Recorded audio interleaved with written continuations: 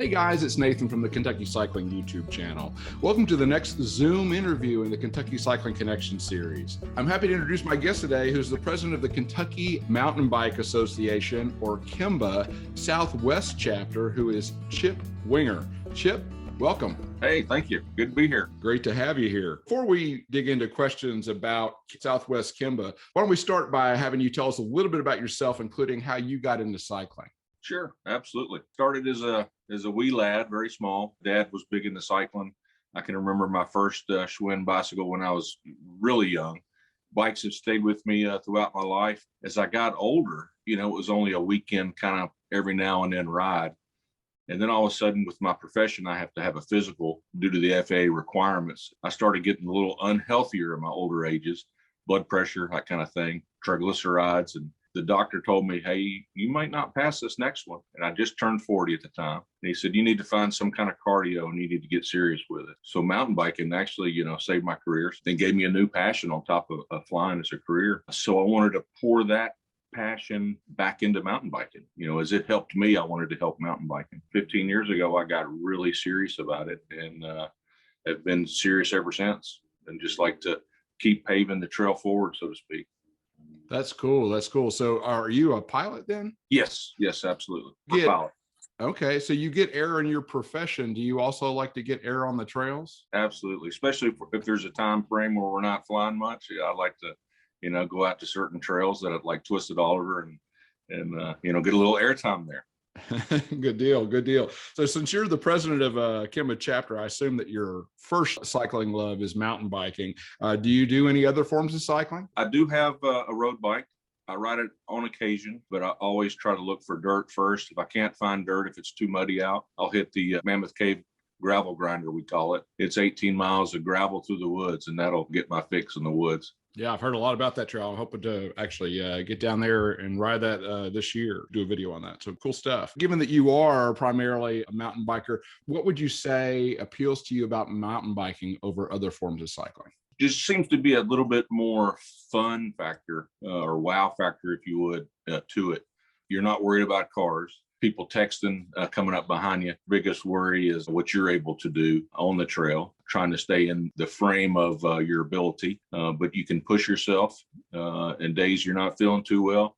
You get out there and get a little ride in, you start feeling better instantly. Its mental and physical aspects is the greatest love for me because you get both. Yeah, cool. I'm always distracted by bikes when there's bikes in a frame. Tell us at least about that really pretty light blue Trek behind you, in addition to any other bikes you want to tell us about. That is the Trek Farley EX. So it's a combination fat bike, 650B wheels, fat bike. And then it also is a 29 plus wheel set you can put on it. It's a trail tamer, if you would. You can go hit technical trail and it just helps tame it. Just a lot of fun. A little harder on the hill climbs, but that's not a bad thing. Make you work a little bit more. But on the descents and throw some rock in there and some roots and that thing will just eat it up. It's a fun bike. Is that your go-to bike of choice? It's hard to say. I also have a specialized stump jumper. So when I'm going to a trail that say gives you opportunity for some air, I'll take the stump jumper. Yeah. But sometimes I have a battle in the morning trying to decide what trail and then what bike to take. But it's a good problem to have. That is a very good problem to have. All right. Very good. So turning our attention to Southwest KyMBA. If it's okay with you, I'd like to share my screen and bring up the Southwest KyMBA website, since I think it's going to help facilitate our conversation. Yeah. There's actually quite a bit of information out here. This is a very content-rich site. So I would encourage folks who are interested in learning more, if we don't go deep enough for you in this interview, to really come out here and spend some time on the site, because there's quite a bit of information. But what I'd like to do is kind of use this welcome page as a framework for our discussion, if that's okay.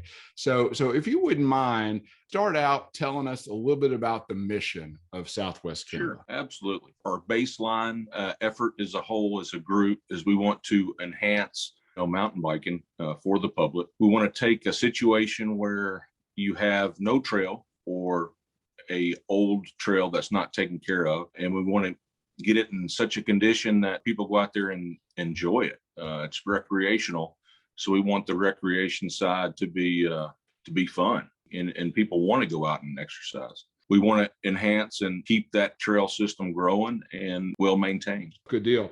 With a chapter name like Southwest KyMBA, I'm assuming that you all are down in the southwestern part of the state. But if you don't mind, could you give us a little more detail about the area that you all serve? Sure, absolutely. The southern side is Bowling Green because it's, down there getting towards Nashville area. And the western side goes all the way out to Pennyroyal State Park. Also includes Madisonville, Kentucky. Up a little bit northeast of Madisonville is Owensboro. Mammoth Cave National Park is also in our area. Nolin Lake State Park, Barren River Lake. So kind of that whole southern and also partially western part of Kentucky. Good deal. So actually quite a bit of area. You all may have the largest geographic region of any of the KyMBA chapters. So you think would be an accurate assessment or no? Yeah, absolutely. You could say that, but we're also on the flip side of that. We're not any of the big cities. Bowling Green, Owensboro, right. Fairly good size, but not your Louisville's and Lexington size communities. So more rural of an area. Good deal. We'll kind of scrolling down the page here in terms of this section about what this means. So tell me a little about the work of your club and some of its activities. Sure, absolutely. It might be best if I just jump in from the beginning, maybe to make more sense for everything as a whole. So in 2009, Bradley Rennick, he's our founding mountain biker. He started to formulate KyMBA Bowling Green, and that's how we started. In 2010, we actually became an official group, and we had 5 members. We wanted to have local mountain biking. Us core 5 were mountain bikers, but we had to travel. And in fact, at the time, the only trail we had in our whole entire area was Sow Hollow at Mammoth Cave National Park. And it became deregulated for mountain bikers because it was only used as a temporary study for the national park system. What the national park did find was that mountain bikers put in 100 hours for every one of any other trail user, such as hikers or equestrians. So that was a huge benefit, and the national park saw that. But we had no trail at the time once it got deregulated. So when we had no trail, us 5 got together and started looking left and right, and we had passionate members in Owensboro as well, Richard Dixon. And fast forward 2 years, we had 3 trails open up. And that was Rudy Mines in Owensboro, Low Hollow at the Riverfront Bike Park in Bowling Green, and Brier Creek up in Nolin Lake State Park. And so we went from no trails to 3 trails. And if you fast forward that on to today, we have 104 memberships, and those members are our bloodline. Those volunteers and their passion for mountain biking is what gets us going and make accomplishments happen. We currently have 6 trails open now, and we have 4 active projects on the board that we're working on together. And by June, we'll have nearly 60 miles of trail in our region. So we're just trying to expand the local trails. So when people decide, hey, it's time to go ride, let's don't drive 3 hours. Let's go 45 minutes and go here. Today I want technical, so I'll go to Brier Creek. Or hey, I want some flow, some berms and rollers. I'll go to Rudy Mines and Ben Hall's Park in Owensboro. And just a lot of cool stuff on the board too. I'd love to talk about later about the new trails opening, our trail festival and stuff. But I hope I hit what you were trying to aim at. Yeah, absolutely. Yeah. So and I'll say that I first became introduced to Southwest KyMBA at the Kentucky Bike Walk Summit back in 2018. And I think his gentleman's name was Mickey Phillips, actually shared a mountain biking 101 talk with Troy Hearn. So he also talked quite a bit of history about the evolution of your club. And so I'll include a link to that talk as well for anybody who wants to, dig a little deeper into some of that history. And definitely we'll get into future developments, and really the heart of this. So I love that there's sort of these 3 themes. And of course, what people outside of your area are going to be most interested in learning about is your trails. And I love that in terms of thinking about what you can do, and I want to dig into these 3 items, is ride our trails, join Southwest KyMBA, and then come out, to either a work day or a ride day. So I want to ask you, so I get why it's beneficial to someone like me to come and ride your trails. I mean, certainly it's beneficial to the rider to come and check out and benefit from all the work that you all have done. But why does it benefit Southwest KyMBA to have people come out and ride the trails? Part of it is actually just a reward for our hard work. You know, when you do something because you're passionate about it, that's why you do it. But then when you have a reward on the backside, kind of like a dividend of people riding it and complimenting what you've done or how well your trails are maintained, you know, that just kind of invigorates you and wants you to get out and be a little bit more passionate than you were. It's a handshake, if you will. You're rewarded for the efforts you put in. Cool. Very good. I know something that Troy, I think he may even alluded to in the talk that I referenced. I know Strava will make available like data. I assume it'd be available to definitely to this at the state level, kind of aggregate data in terms of your like trail usage. And do you know if those metrics, like when people come out and they log time on your trail, does it help you all in terms of like, or maybe even going after grant money or something like that to be able to say, hey, we've got X number of cyclists who rode this trail this year? A good example for that is Big Hollow at Mammoth Cave National Park. Because of that study I spoke about earlier, they put in a trail counter just exactly for that reason. And the more activity and use that gets, that shows that our user group, the mountain bikers, you know, we are a heavy component and we utilize the trails. And so that enables us to either get, you know, more future usage or better material backup. Like say we needed to get some armor rock in there to fix some areas. So we can call up Mammoth Cave Troy Bradshaw, the trail coordinator there, who happens to be a member as well, and say, hey, I need this new bridge or I need some wood for this. And, you know, they partnership with us. And if you had a small user group with a trail not being used and it wasn't very well maintained, you know, it'd be much harder for them to help partner with you. Yeah. So it is benefit in that regard. Good points. So I'll return to these other 2 points later in the interview, but I really want to get into the meat here, which are the different trail systems that you all offer. And I'd like to just kind of, given that we've had a big influx of new riders that's kind of been generated by COVID, you know, probably the biggest reason this year. If you could walk us through each of these trail systems, but talk to us kind of with what you perceive to be the most beginner friendly trail, and then kind of walk our way up to what might be the most advanced trail, if you don't mind. Okay, sure. Absolutely.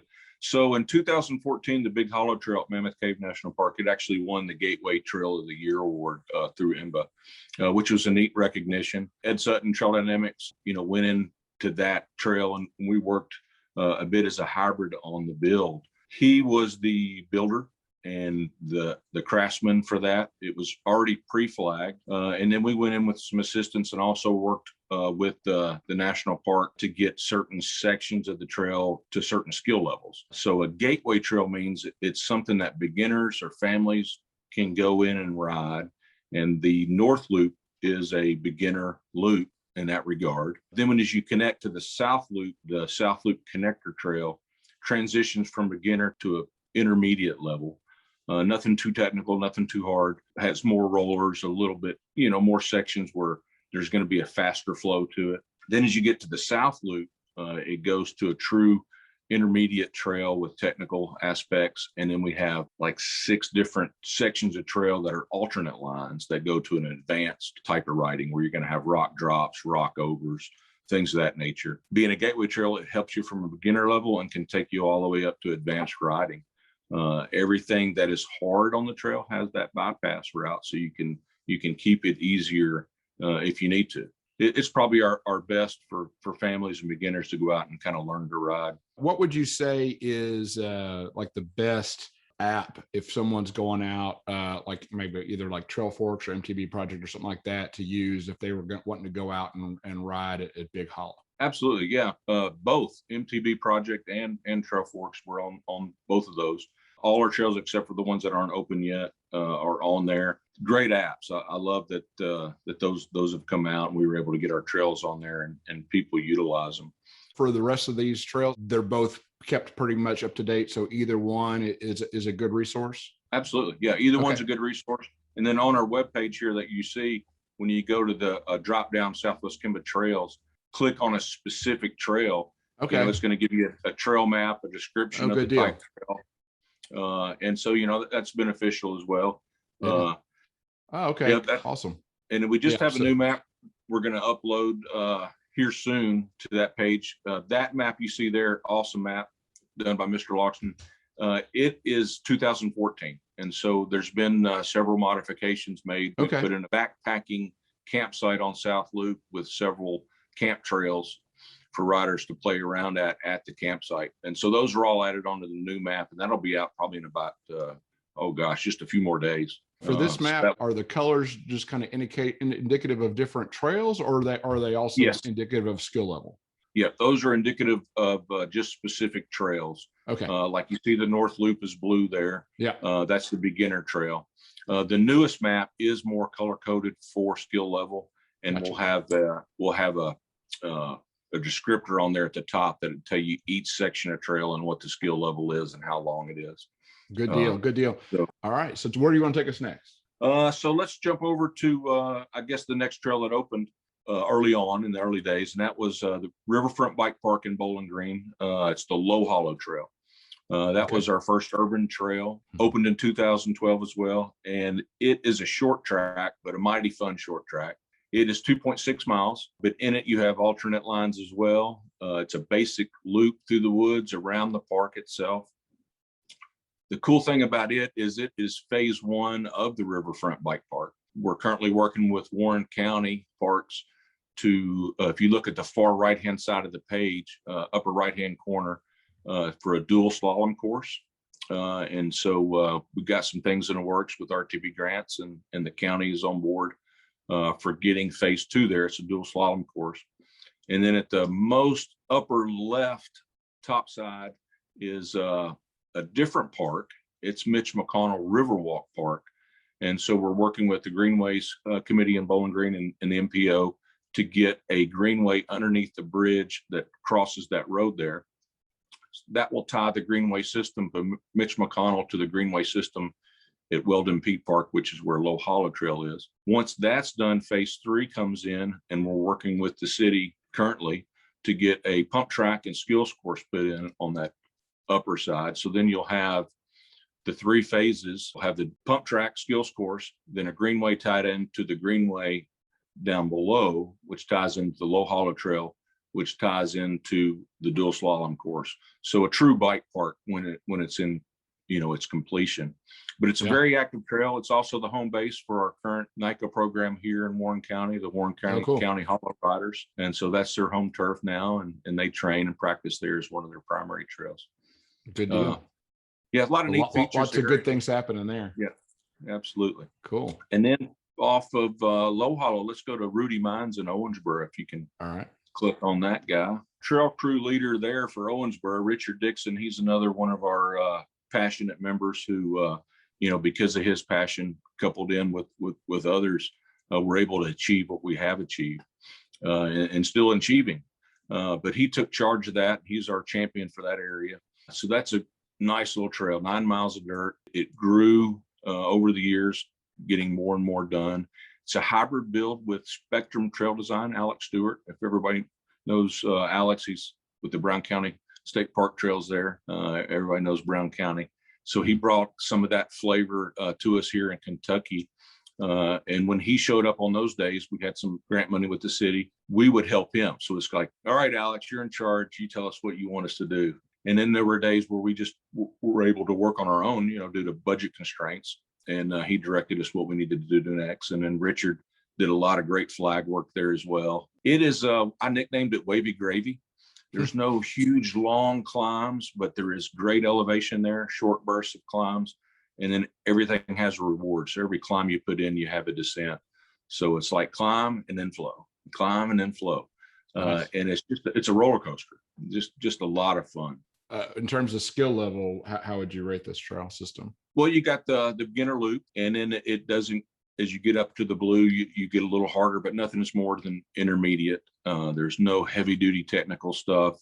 And again, like we said, the climbs aren't crazy long.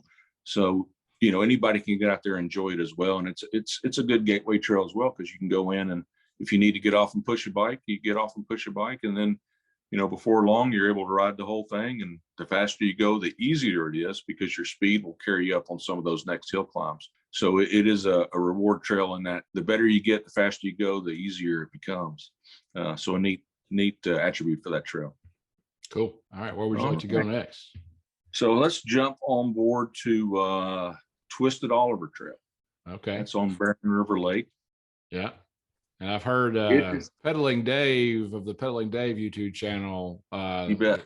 This is his home trail system. So I've definitely seen video footage of Twisted Oliver. He talks a lot about Twisted Oliver. You betcha. And in fact, a cool thing about David, a lot of people don't know, is he's a Southwest KyMBA member and another one of our passionate members. He's been known to go to Twisted Oliver and work by himself. He's off one day, and he'll say, "Hey Chip, I just put in this jump here." And so he's a great passionate member to have on board, and a great rider as well. So Twisted Oliver started out as a concept for us to get more land and trail down the road, but we had to prove ourselves to the Corps of Engineers there and show that we were serious and for real. So they gave us this smaller tract of land, 40 acres, at Port Oliver recreational area. Since the land was so small, we could only get 3.1 miles in there. We knew we needed to pack a punch to those miles, because it's in a rural area. So people are going to drive out there. They need to know it's going to be worth the drive. So we got a lot of wood features in there. There's 4 wood jumps with landers. You can hit those at slow speed with the landers, and you're not going to endo, because we put those in for beginners to learn how to jump. You hit at medium speed, you're dialed in. You don't have to do anything. You just hit the ramps. It'll take you off and then put you on the landing zone just perfectly. Or you can hit it fast and do a huck to flat, but launch on it. They'll send you. And then we also have another feature called Troy's Knot. Troy Bradshaw, one of our members, who was the Mammoth Cave Trails coordinator, had the concept design, and him and Paul Buckner came out with the wood. Wood was donated by the Corps of Engineers, and we put in a ladder we call Jacob's Ladder, which goes between a split of 2 trees.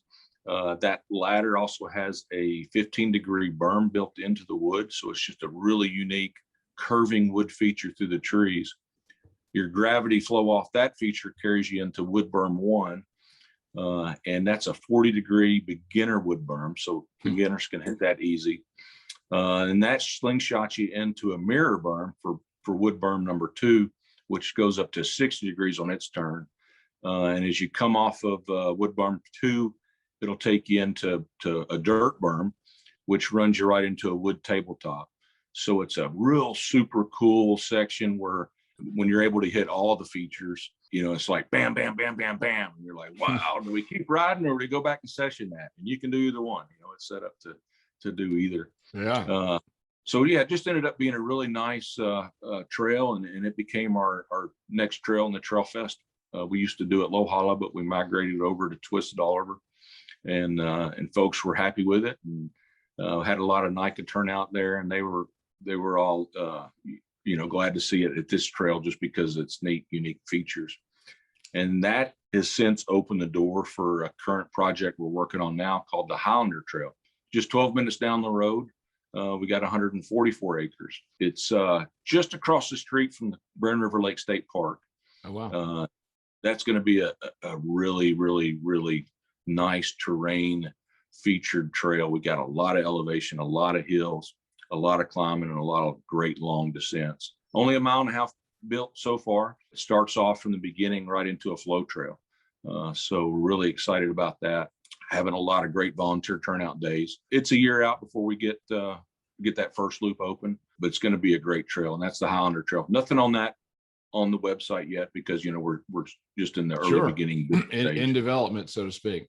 Yeah, that's great. Well, I mean, it's sounds like some really good things happening in the Glasgow area. So you've got even with this Twisted Oliver, maybe not a lot of trail miles, but it sounds very feature rich. Absolutely. Yeah. Cool. You can go out and do a clockwise loop and a counterclockwise loop. And since there's 2 loops there, Lake Loop and Pine Hill Loop, you can do a figure 8. So typically on my days I get out there, I'll do three laps, do a counterclock, a clock, and then a figure 8. and then, walk away with 9 miles and feel like I got a great ride in. So yeah, very good. So it sounds like there's some more technical rich features here, or at least the potential for them with these jumps. You referenced how you could approach this either as a beginner, intermediate, or advanced rider. correct. Sounds like there's definitely the potential for more advancement. So what would you say would be the next most technical, or maybe we need to take a step back? Let's jump on. How about Brier Creek? You said the word technical, and that's the magic word for Brier Creek Trail. Okay. So let's see. That is Brier Creek. All right. Yeah, that's Nolin on Lake. Nolin All right. State Park. You betcha. Got a shot of Bearded Steve there. He's one of our longstanding members there. You all call him Steve Peterson. Bearded funny. Steve, yeah. All so right. he was a real big help for Brier Creek. He did a lot of the original flag line there, as well as Bradley Rennick and myself. And on this trail, we brought in Alex Stewart with Spectrum Trail Design as well. He helped us on Omega Flow and then Lakeshore Bluff Trail. So it is technical rich. It's got a lot of rock. It also has climbing Omega Hill. It's got your elevational climb, and then it also has your fun descents. And then as you work out to the Point Loop, which is that kind of peninsula piece of land, that gets into old school cross country. And we put that in that frame of mind on purpose. We wanted to touch of old school. Yeah. So you get a little, even some off camber stuff, and it's just good old school cross country.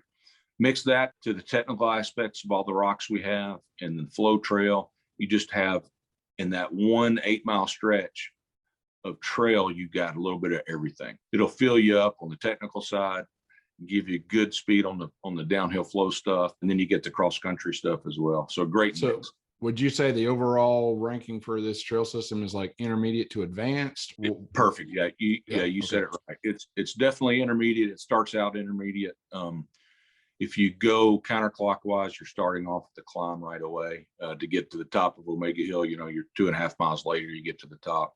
So you'll work that way. If you go clockwise, it starts out technical right off the bat. So intermediate from the start. You do get to some sections of trail where the technical terrain gets technical to the point that it is advanced. But if you're not an advanced rider, still go ride it. Just get off and walk your bike, look at the lines, and then use it as a trail to enhance and work on your technical riding. And then before you know it, you're riding the whole thing and you're like going, man, that trail is so full of chunk and flow. Chunk being the rock, flow being the flow trails. Yeah, and I think that's a really good point, especially for newer riders to consider, is that whatever your home trail system is, I mean, definitely go ride that, right? Because the more you do it, the more familiar you're going to become with those lines. And so what might start out as really hard, just through the sheer repetition of doing it over and over again, is going to become easier to you. And hopefully then those skills will then transfer to new trail systems. Yeah, absolutely. Excellent point. Would you say that that's the most advanced? I would say that's the most advanced. Okay. All right, so let's fill in some of the gaps. So tell me about Grapevine in Madisonville. Grapevine is a great topic and one that puts a smile on my face just saying the word Grapevine. It was an old school trail put in the late 90s, early 2000s by some passionate mountain bikers locally. Did a great job. It's lasted over the years, but the downside to that is its sustainability. It degraded, and it got to where it was erosional concerns, and it needed help. So timing is everything.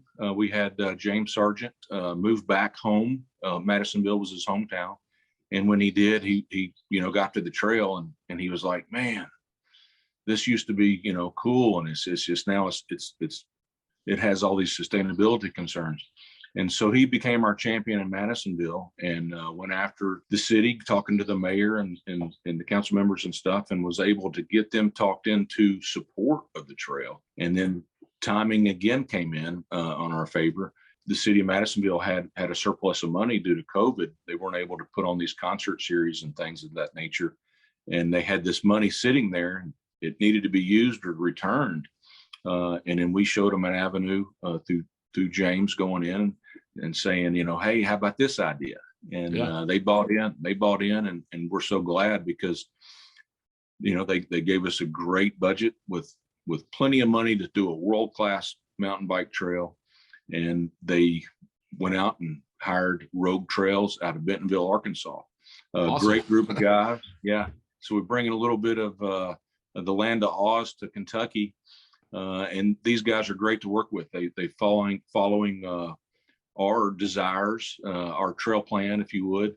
We wanted to see 2 dual flow trails paralleling the road down to the lake from the entrance. And then Richard Dixon came involved in there as well, using his experience with flagging. And we kind of had this plan in mind, and Rogue is working with us, and they're doing the craftsmanship and all the work. And these guys can lay down some great trail. So that's opening June 5th. We had Awesome. recently had a KyMBA drive there, trying to get some help, with members and volunteers to help maintain the trail once it's built. And Rogue opened up a section of trail for us to ride and let guys, get to see what it's about. So it is what I call a XC flow trail. Okay. And in that it has berms and rollers, somewhat similar to Ben Hawes in a sense, but it's got a totally different flavor of land and terrain. So on the cross country trail side, you're going to end up having close to 8 miles. And then you have the dual flow lines that take you to the lake. Those are true flow trails. There's 2 of them. One on the left side I've nicknamed Dinner Table Flow, because it's just chock full of tables, and the tables grow as you go on down and get closer to the lake. And they start out as, say, a 3.5 foot table all the way down to an 8 foot table. Wow. And then on the right side, I call Snake Pit Flow, and it's just chock full of berms that get tighter and tighter and funner as you get towards the bottom. Just a great compliment to have 2 different types of flow trails side by side that you can session.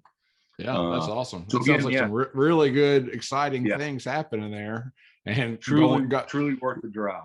Really encouraged to hear a trail that may not have gotten the love over the years to make a full comeback and have the potential to become a premier trail, at least in this part of the state, right? So that's really cool. So we talked about Low Hollow, Grapevine, Twisted Oliver, Ruby Mines, Brier Creek, Big Hollow, and then you mentioned the gravel grinder. So does that kind of fall under your purview, your all's purview?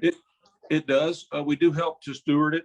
It is our go-to trail when trails are muddy. So when our trail status has got red across the board, we can always go to the Mammoth Cave gravel grinder, or the hike and bike trails, Mammoth Cave calls it. It's 8.8 miles one way, going in from the entrance of the park there, all the way up to the Welcome Center. Plenty of elevation. You're through the woods. You get great views, and you turn around and ride back, and you get an 18-mile ride in. Yeah, that's really nice. And I'm just noticing this map in terms of being able to see all these different pieces and parts. These are distances from from Bowling Green. We started as KyMBA Bowling Green, so that's kind of like our base, home base is there. You bet. And that's where I live as well, here in Bowling Green. So the KyMBA tools and tool trailer and all that stuff is right here at my place. So so this is kind of showing you distances, lots of other trail systems around. That's really cool. Only one we didn't cover is the trail that's going to open up the soonest, and that's the Cave Creek Trail. That's on Rough River Lake. It's 6.18 miles. Oh, wow. 3 stacked loops.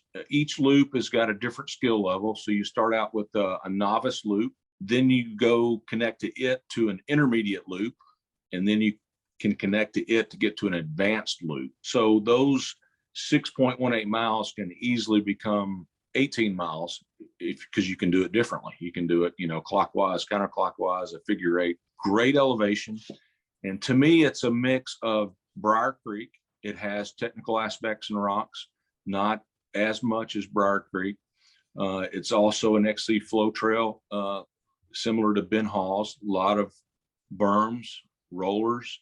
Again, it has the elevation, so you got the climbs, you have the descents. New 100-foot boardwalk was put in. Wow. So We have the wood features as well.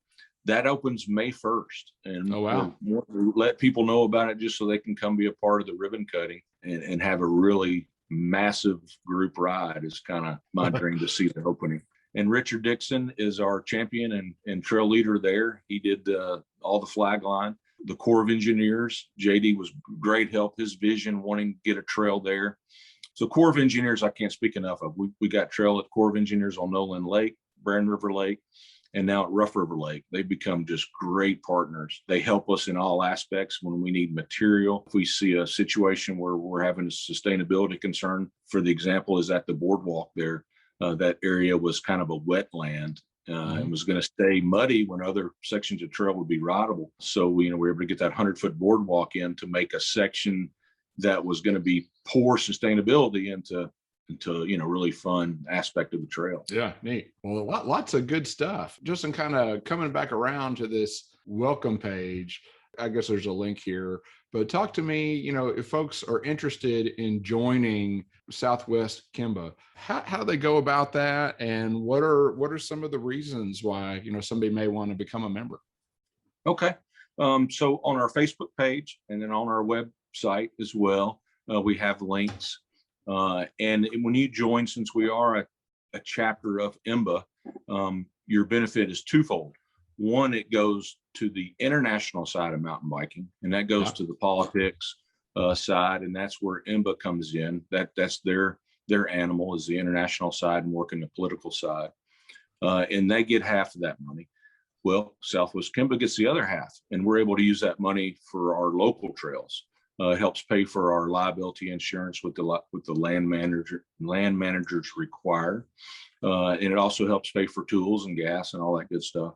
So even if you're not able to come out and volunteer because, say, your job, you work on the weekends or whatnot, or you're raising a family and you're too busy, your membership helps because it keeps us rolling on the financial side.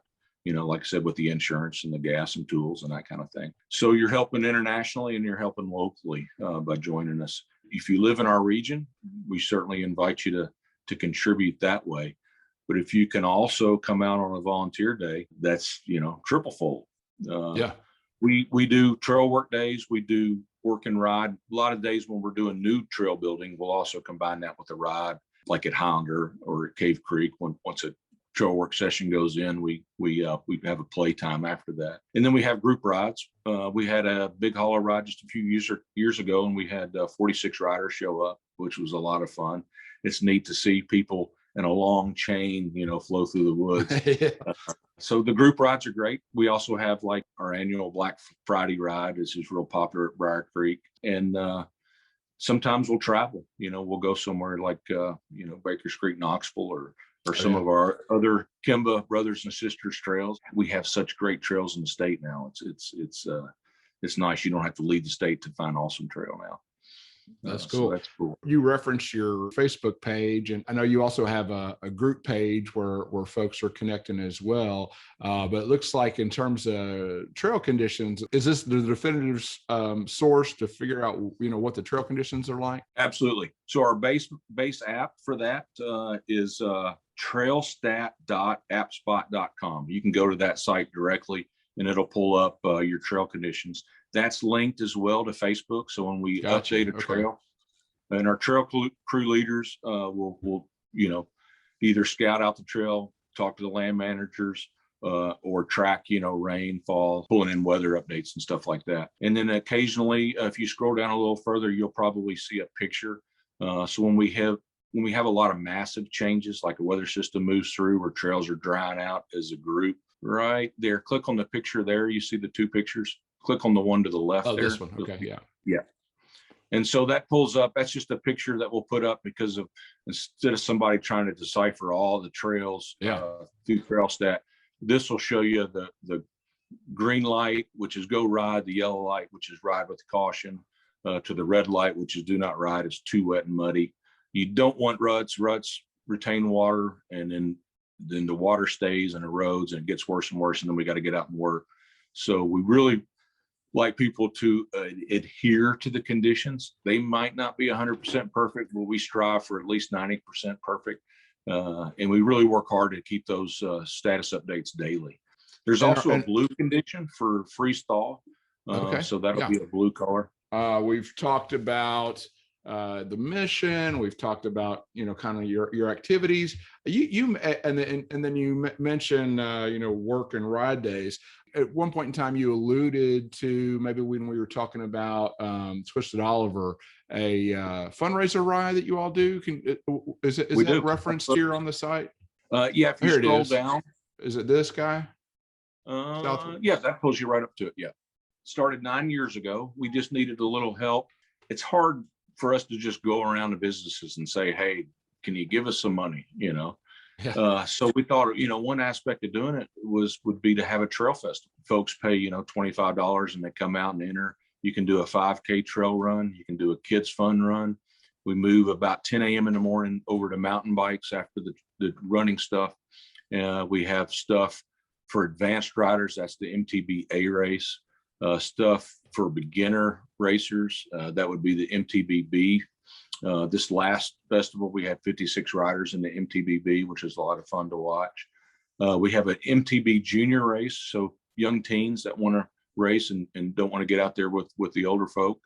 And then we have a kids MTB event for the small guys. It's a shortened, easier loop, and parents can get out there on the trail and watch their kids race. We generally make about $4,000 to $5,000 on that. That has been going into the pot to help the Highlander Trail Build Fund. The money we raised over the last few trail fests that we put into the Highlander Fund was utilized to help get us a handshake grant with the federal government. We gave in $20,000 and they matched it and even added another $5,000. So the money we've been able to raise over the years, which totaled $20,000, is now turned into $45,000 with the handshake grant, and that will go towards implementing the further build at Highlander. So a great little event. It's a lot of fun. People can come out and hang out the whole day. We got a guy playing music. We got, chocolate milk from Prairie Farms that they donate, bananas and all that good stuff. And it's just a great day to spend on the trail. Is that usually in August? Yeah, this year. I see this one, 2021, August 14th, right? You got it. August 14th, 2021. You can register on active.com. There's a link there on the webpage. It's also, we have a Facebook page for the Twisted Oliver Trail Fest. Okay. And you can get on there and get information and see pictures from years past and stuff like that. Great way to contribute to the club and the organization and future trails as well.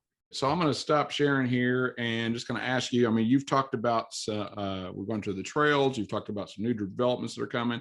Are there any other new developments that you wanted to highlight or anything that you wanted to tell us about that I haven't asked you about already? Okay. Long Fall Trail is in the planning stages. Our trail crew leader there is Billy Davis. Billy was a former president of KyMBA Louisville, and he's now has a place in our region. We're glad to have him. He's come on board really active, helps us with chainsaw work there on Brier Creek as well. So just 12 minutes down the road from Brier Creek is another section of land, about 150 acres, and that's called Long Fall. That's with the Corps of Engineers on Nolin River Lake. Billy's in the flag stage now, so he's working together to put a trail plan together. Once that's flagged, then we can GPS that trail plan. We'll submit it to the Corps of Engineers, who will review it, submit it to the Corps up in Louisville, and they'll do the environmental and cultural studies on it. And then once we get a green light from those guys, we'll start building there. For the Highlander Trail on Barren River Lake, we've already done all that stuff and we're moving dirt now. A mile and a half built at Highlander. So it's a long process, but you just do it one stage at a time. Before you know it, you have a completed trail like Brier Creek. And then you jump on the next trail, just do it one stage at a time. We'll have typically 2 weekends a month where we have trail build days on a Saturday, and we'll go put in 4 hours worth of work and then ride for an hour. And days we have 20, 25 people show up. You can get a lot done in such a short amount of time. That's awesome. Well, Chip, I want to thank you very much for being part of the Kentucky Cycling Connection series and for telling us about all the great things that are happening down there as part of the Southwest KyMBA chapter. Absolutely. And then to close, May 1st, Cave Creek Trail opening, June 5th, Grapevine Lake Trail opening, and then we'll keep you posted on Highlander as it progresses. And then August 14th is Twisted Alder Trailfest. Good stuff. Thank you very much. Thank you. As always, we hope you found this content useful. If you did, please like the video and consider subscribing to the channel. Thanks.